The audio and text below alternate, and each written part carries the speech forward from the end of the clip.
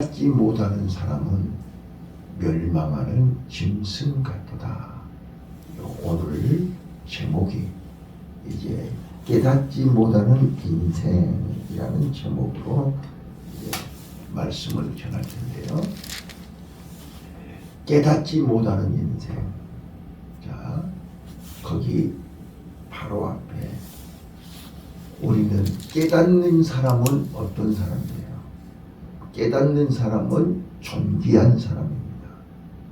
자, 우리 창세기 1장 28절에 하나님께서 우리 인간을 만드시고 그 인간을 존귀하게 만드셨습니다. 생육하고 번성하고 다스리고 정복하고 충만하라. 존귀한 하나님의 형상으로 만드셨습니다. 자, 하나님의 형상으로 만들었다는 말은 하나님의 영이 우리 사람 속에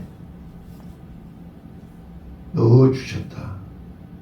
그래서 생영이 돼서 우리는 언제든지 하나님과 만날 수 있고 하나님과 교제할 수 있고 하나님과 함께 할 수 있는 존귀한 존재가 된 것입니다. 자, 그런데 그 존귀한 존재가 하나님의 형상을 잃어버리고 영이 죽어버림으로 말미암아 하나님과의 관계가 끊어진 것입니다. 여기서 하나님의 형상을 잃어버린 인간은 아담이 그랬듯이 죽은 게 아닙니다. 육신은 살아있지만 영이 죽은 것입니다. 영이 관계가 끊어진 것입니다. 우리 인간이 살아있으나 하나님과의 관계가 끊어지면 그것은 짐승 같은 인간이 된다, 그런 뜻입니다. 깨닫지 못하는 인생은 짐승과 같다. 저는 이 말씀을 묵상하다가 발견한 것인데요. 성경에 창세기부터 계시록까지 짐승이라는 단어가 410번이나 나온다는 사실이에요. 찬송가에도 200번 이상 짐승이라는 단어가 나오는 거예요. 그만큼 깨닫지 못하는 인생은 짐승과 같다는 거예요. 그럼 성경에 짐승이 여러 종류의 짐승이 있죠. 그런데 이사야 선지자는요 51장 6절에 하루살이. 자, 우리는 짐승 그러면 늑대, 사자, 호랑이, 여우, 뱀 이런 것만 생각하는데 깨닫지 못하는 인생은, 깨닫지 못하는 사람은 짐승과 같다. 여러 종류의 짐승을 소개할 수 있지만 짐승의 공통된 점이 뭐예요? 짐승은 영이 없다는 거예요. 영이 없기 때문에 하나님과 만날 수가 없다는 것이고 하나님과 교제할 수가 없다는 것이고 하나님을 모른다는 거예요. 깨닫지 못하는 인생은 짐승과 같다. 그래서 짐승과 같은 인간은 천국을 못 간다. 오늘 여기 본문에 깨닫지 못하는 인생, 짐승 같은 인생들은 뭐라고요? 자기를 자랑해요. 깨닫지 못하는 인생은 재물을 의지해요. 돈밖에 모르고 재물만을 위해서 아침부터 저녁까지 안 지나서나 차나깨나 오로지 돈밖에 몰라요. 요즘 여러분 지하철이나 버스에서 이렇게 보면요, 내가 볼락해서 본 건 아니고 그냥 핸드폰으로 주식을 막 수시로 막 이렇게 주식 체크하고 주식 확인하는 걸 봐요. 이렇게 지하철에서 보면 안 지나서나 차나깨나 오로지 돈, 주식이 올라가나 내려가나 오로지 돈밖에 몰라요. 이게 깨닫지 못한 인생들이에요.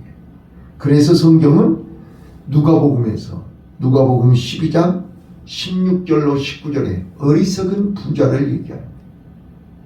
아무리 이 땅에 돈을 많이 쌓아놓고 창고를 많이 지어놔도 오늘 밤에 죽으면 저것이 누가 주인이 되겠느냐. 어리석은 부자에게 경고하는 메시지였어요. 또 뿐만 아니라 누가복음 16장 22절로 24절에 부자와 나사로의 비밀을 통해서 예수님은 날마다 호화로이 연락을 하면서 그렇게 임금처럼 날마다 호화로이 먹고 마시면서 유흥을 즐기며 쾌락과 향락 속에 살았던 그 부자도 죽었다는 거예요. 그런데 지옥으로 가더라는 거예요. 아무리 지옥에서 몸부림을 쳐도 답이 없더라는 거죠. 깨닫지 못하는 자는 짐승과 같다. 저는 이 말씀을 묵상하면서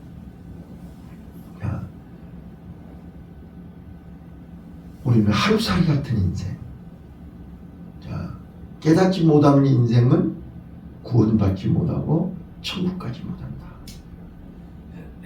그런데 왜 구원받지 못하고 천국 가지를 못하냐? 하루살이가 모르는 게 뭐예요? 네? 하루살이가 모르는 거. 우리는 하루살이하고 똑같은 존재 아니에요? 내일 일을 몰라요. 우리가 내일 일 알아요? 자, 소망이 없다는 거예요. 하루살이에게는 소망이 없어요. 깨닫지 못하는 인생들은요, 하나님을 모르고 구원을 모르고 천국을 모르는 인생들은 오로지 돈밖에 모르고 자기 자랑만을 위해서 자기만을 위해서 사는 인생들은요, 소망이 없어요. 그래서 잘 되면 좋아 죽겠다고 그러고 힘들면 힘들어 죽겠다고 그러고 그들은 좋아도 죽겠다, 힘들어도 죽겠다, 배불러서 죽겠다. 그들은 소망이 없기 때문에 입만 열면 죽겠다는 거예요. 그러나 하나님을 알고 천국을 알고 구원을 아는 성도들은 어때요? 아무리 힘들어도 아무리 어려워도 우리에게는 내일이 있는 거예요. 소망이 있는 거예요. 기쁨이 있는 거예요. 자, 내일 시편 50편에서 이게 감사에 대해서 말씀을 드릴 거예요. 여러분, 감사가 뭐예요? 하나님을 아는 자만이 감사할 수 있어요. 하나님의 임재를 경험하고 하나님이 살아계심을 체험한 자만이 감사할 수 있어요. 감사는요, 하나님과의 관계가 확실한 사람만이, 하나님을 알고 하나님을 믿고 하나님이 내 안에 계시고 하나님이 나를 통해서 일하심을 확신하는 자만이 감사할 수 있어요. 그래서 감사로 하나님께 예배를 드리라는 거예요. 오늘 우리 마음속에 감사가 없으면 깨닫지 못하는 인생하고 똑같은 거예요. 자, 깨닫지 못하는 짐승이 감사하는 거 봤어요? 자, 오늘 우리는 항상 기뻐하라. 쉬지 말고 기도하라. 범사에 감사하라. 여러분, 기쁨은 소망이 있는 자만이 기뻐할 수 있어요. 기쁨은 하늘로부터 오는 거잖아요. 네. 그래서 믿음, 소망, 사랑 이 세 가지가 항상 있어야 되는 거예요. 기쁨은 소망입니다. 그래서 깨닫지 못하는 하루살이 같은 인생들은 소망이 없기 때문에 되는 대로 사는 거예요. 기쁨이 없어요. 얼굴에 기쁨이 없어요. 마음에 기쁨이 없어요. 자, 우리는 내일이 있잖아요. 우리에게는 소망이 있잖아요. 우리에게는 천국이 있잖아요. 우리에게는 하나님, 아버지가 계시잖아요.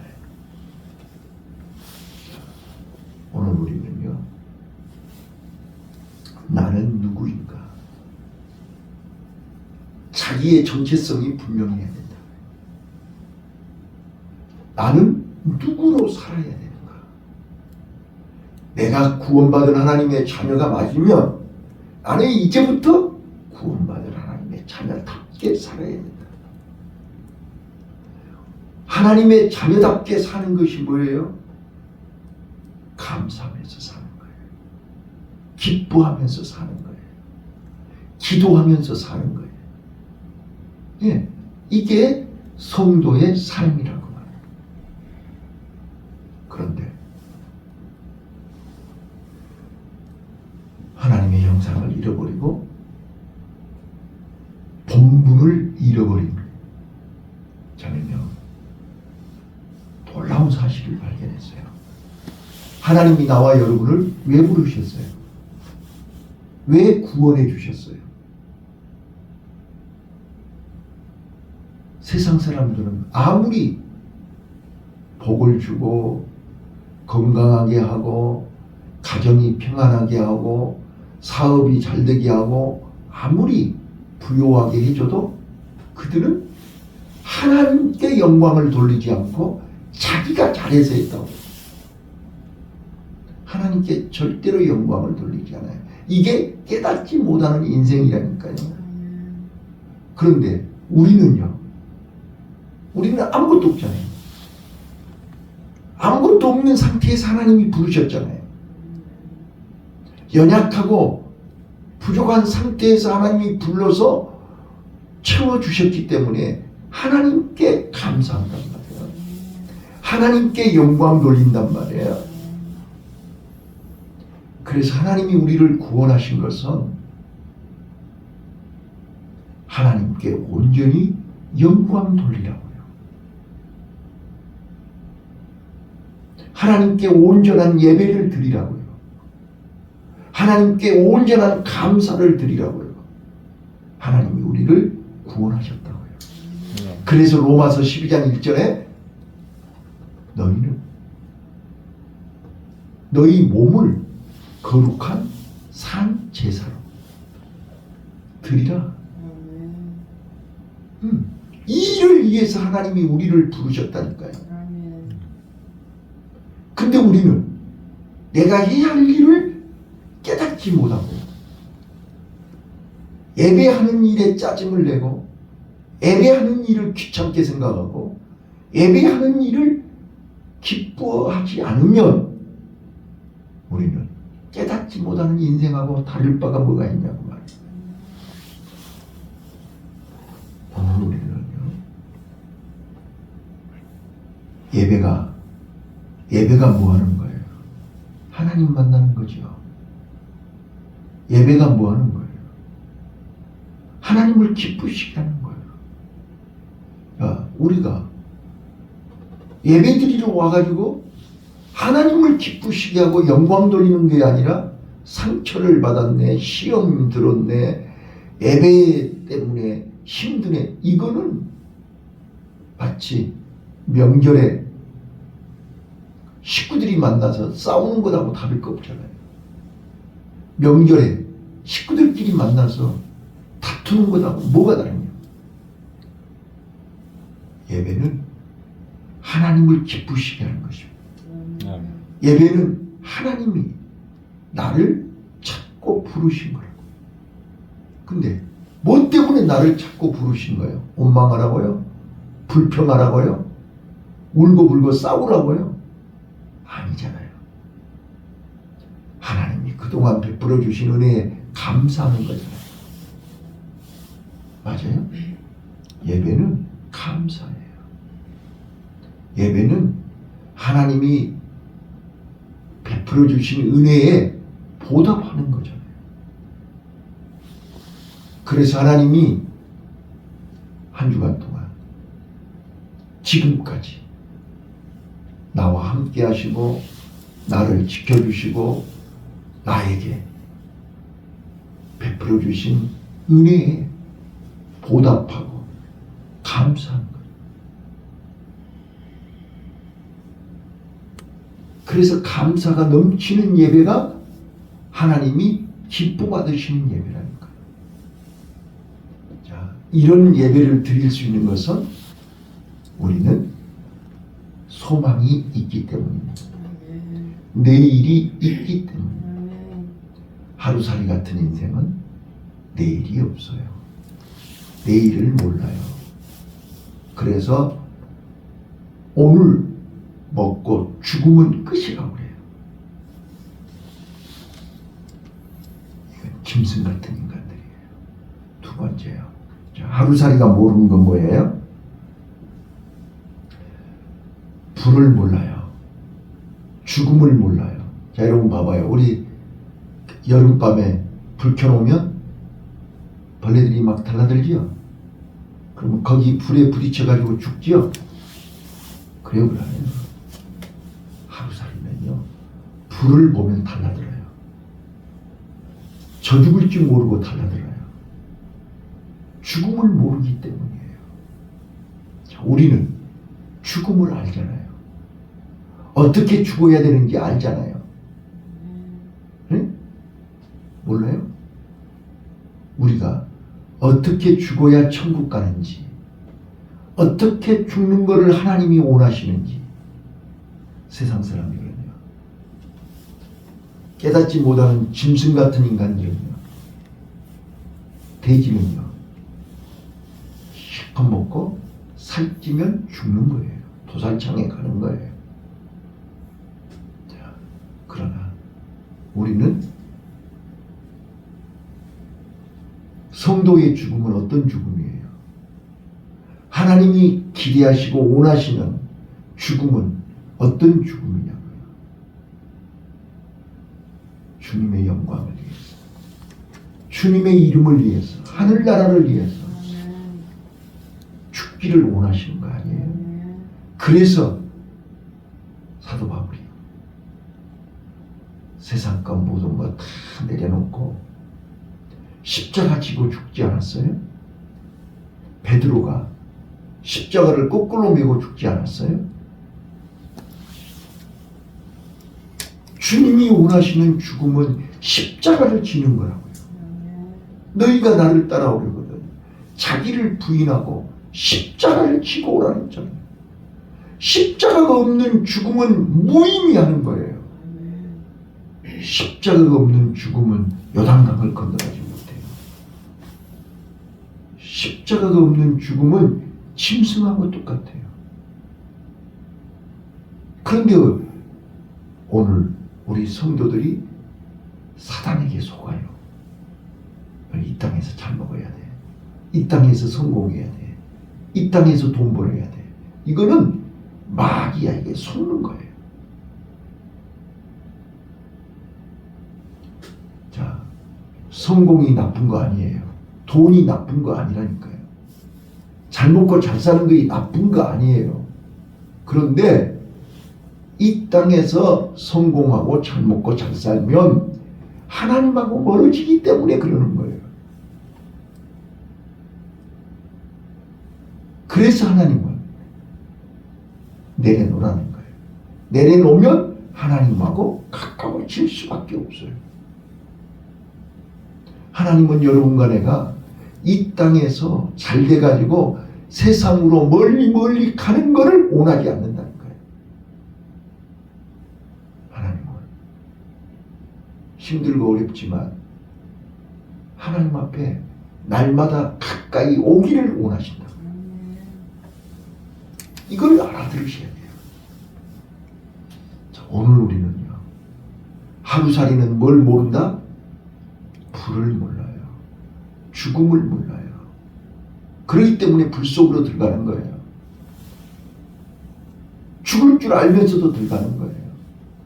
봐봐요, 세상 사람들 보세요. 술 먹으면 죽을 줄 알면서 술 먹잖아요.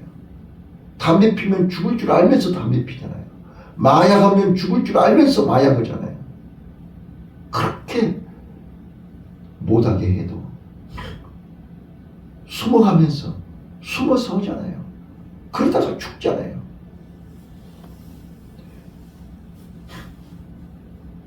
그 미국의 번화가에 그 할렘가에 그 흑인들 봐보세요.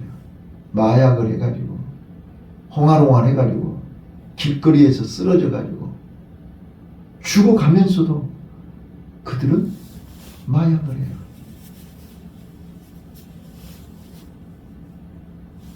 깨닫지 못하는 자들은 죽음을 몰라요. 죽음은 끝이라고 해요.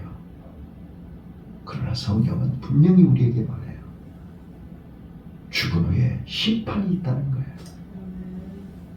그래서 우리는 죽음을 두려워하는 거예요. 죽음 앞에 우리는 경건해지는 거예요. 죽음 앞에서 우리는 거룩해지는 거예요. 오늘 우리는 깨닫는 인생이 되시기를 바라요. 깨닫지 못하는 짐승 같은 인생은 죽음을 몰라요. 세 번째로,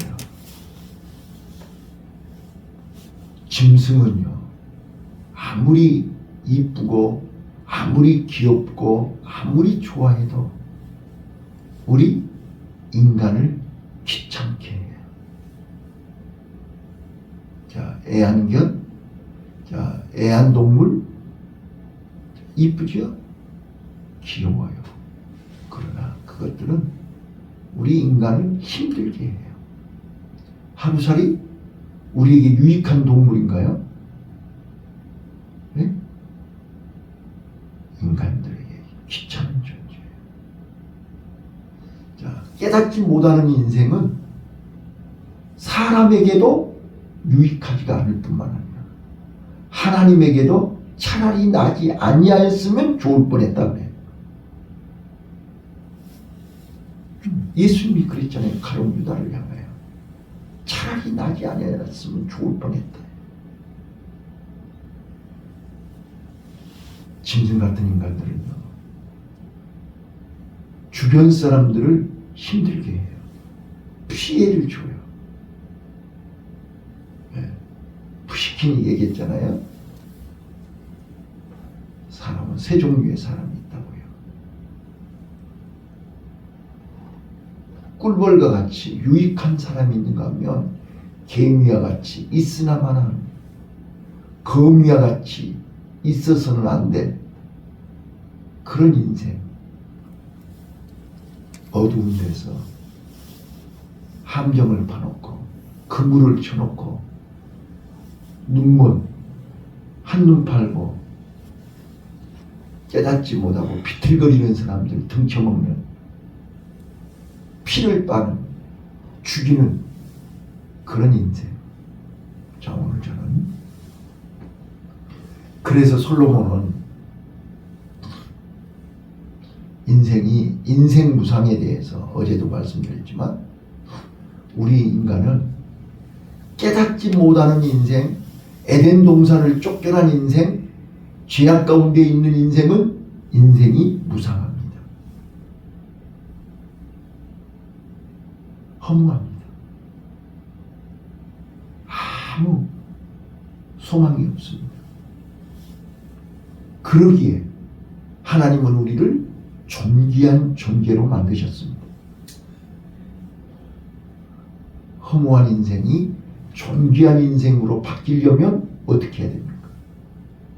예수님을 만나야 됩니다. 예수님 만나야 됩니다. 그래서 전도서 12장 13절로 14절 솔로몬이 마지막으로 전도서 마지막 결론으로 얘기한 말씀입니다. 우리 한번 찾아보시죠. 전도서 12장 13절 14절입니다. 마지막입니다. 전도서 12장 13절 14절. 이 일의 결국을 다 들었으니 하나님을 경외하고. 자, 이 일의 결국을 다 들었어요. 이제 우리 인생이 하나님을 떠난 인생, 헛된 것을 알았잖아요. 우리 인생이 아무리 발버둥을 쳐도 하나님이 아니면 안 된다는 걸 다 들었잖아요. 이제. 자, 이 일의 결국을 다 들었으니 이제 어떻게 해야 돼요? 자, 깨닫는 인생. 자, 짐승 같은 인간들은 깨닫지를 못한다니까. 다 들어도. 그러나 나와 여러분은 이제 성령이 우리에게 지혜를 주시고 성령이 우리에게 눈을 열어서 보게 하셨으니, 자, 일의 결국을 다 들었으니 시작. 일의 결국을 다 들었으니 하나님을 경외하고 그 명령을 지킬지어다. 이것이 사람들의 본분이니라. 하나님은 모든 행위와 모든 은밀한 일을 선악간에 심판하시리라. 아멘. 아멘.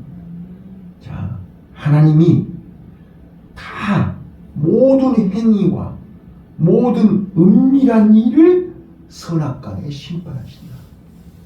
그러므로 하나님을 경외하고 그 명령을 지킬지어다. 이것이 사람의 본분이라는 거예요. 우리는 이 말씀을 기억하시고, 자, 우리는 누가 뭐라 해도 하나님을 경외하고 그 명령을 지키고 하나님이 나를 구원하시고 하나님이 나를 하나님의 자녀로 하나님의 백성으로 천국 백성으로 하나님의 일꾼으로 세우신 이유가 하나님을 경외하고 하나님의 명령을 지키라고 이 자리에 세우셨습니다. 우리는 기뻐함으로 감사함으로 진심으로 하나님 앞에 감사하며 예배하는 복된 하루가 되시기를 예수님 이름으로 축원합니다. 아멘. 기도하겠습니다.